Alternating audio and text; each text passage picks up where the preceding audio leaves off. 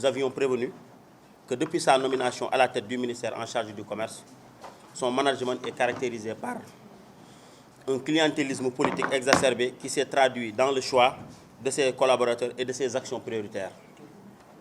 Une gestion solitaire défiant les règles élémentaires d'un leadership orienté vers le progrès. Un tâtonnement et une précipitation dans la gestion de certains dossiers pour donner des semblants de gage d'efficacité et de performance. Une communication non maîtrisée au service d'une ambition purement politique. Une menace de la stabilité sociale par le biais d'une mesure illégale, unilatérale et sournoise visant à faire bénéficier à des non-ayants droit des avantages portant sur le produit des amendes, pénalités, transactions et confiscations établies en matière de contentieux économique.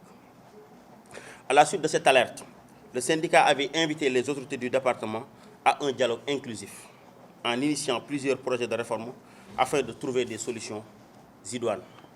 Hélas, depuis ce jour, malgré toutes les initiatives du SYNACOM, les choses sont restées en l'état et pire, le climat social s'est complètement détérioré. Le projet de recrutement des vérificateurs du contrôle économique, corps en extinction depuis quelques années, doit se faire en toute transparence. En effet, cet enrôlement ne doit pas servir à caser du personnel politique, comme c'est le cas il y a quelques mois de cela au niveau du laboratoire national d'analyse et de contrôle, l'ANAC, de la direction du commerce intérieur. La question relative à la rémunération des agents dédiés, commissaires aux enquêtes économiques et contrôle du contrôle économique, doit aussi interpeller les autorités. En effet, comparativement aux autres sortants de l'École nationale d'administration, impôts, trésor, travail et sécurité sociale, diplomatie, etc., nos niveaux de rémunération sont très en deçà de ceux auxquels nous sommes en droit de prétendre. Nous en appelons donc au chef de l'État pour que ces écarts dans le traitement salarial entre sections sortantes de l'ENA puissent être corrigés.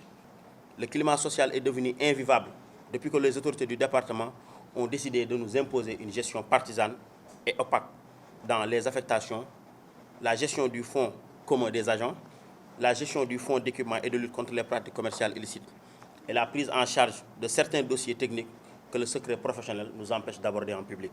Nous soulignons que les affectations continuent de se faire suivant un favoritisme intéressé. Des postes sont attribués à des agents qui ne remplissent guère à nos yeux les critères attendus notamment en termes d'ancienneté, d'expérience, de rendement et de performance. Il faut souligner que le SYNACOM n'a aucune lisibilité sur la gestion actuelle des autorités, malgré nos interpellations pour un exercice de transparence.